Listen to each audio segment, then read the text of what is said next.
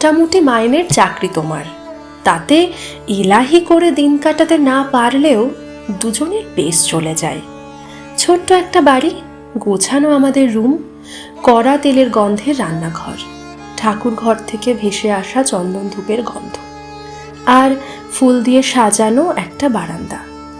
রোজ সকালে তাড়াহুড়ো করে তোমার কাজে বেরিয়ে যাওয়া, সাথে একটু অশান্তি, দুজনের মুখে বিরক্তির ছাপ, সময়ের তাড়া, তবুও বেরোনোর সময় আসছি, বাকি ঝগড়া ফিরে এসে করার কথা দেওয়া।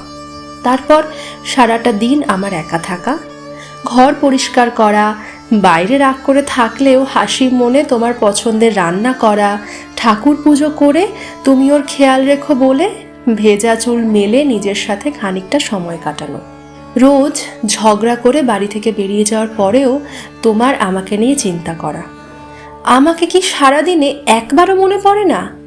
ভাবতে ভাবতেই তোমার ফোন আসা, কি করছো বলে শুরু করা গল্প, বেশ রাতে ফিরে কথা হবে বলে শেষ করা ফোনের পর একটা নীরব দুপুর কাটিয়ে ওঠা। সন্ধ্যার শঙ্খধ্বনি বেজে ওঠার পর থেকেই তোমার বাড়ি ফেরার অপেক্ষা করা। কলিং বেল বেজে উঠতেই আমার দৌড়ে গিয়ে দরজা খোলা, আর দরজা খুলতেই বিধ্বস্ত তুমি হাসি মুখে দাঁড়িয়ে, যা দেখেই আমার সারা দিনের একাকিত্ব নিমেষেই চলে যাবে।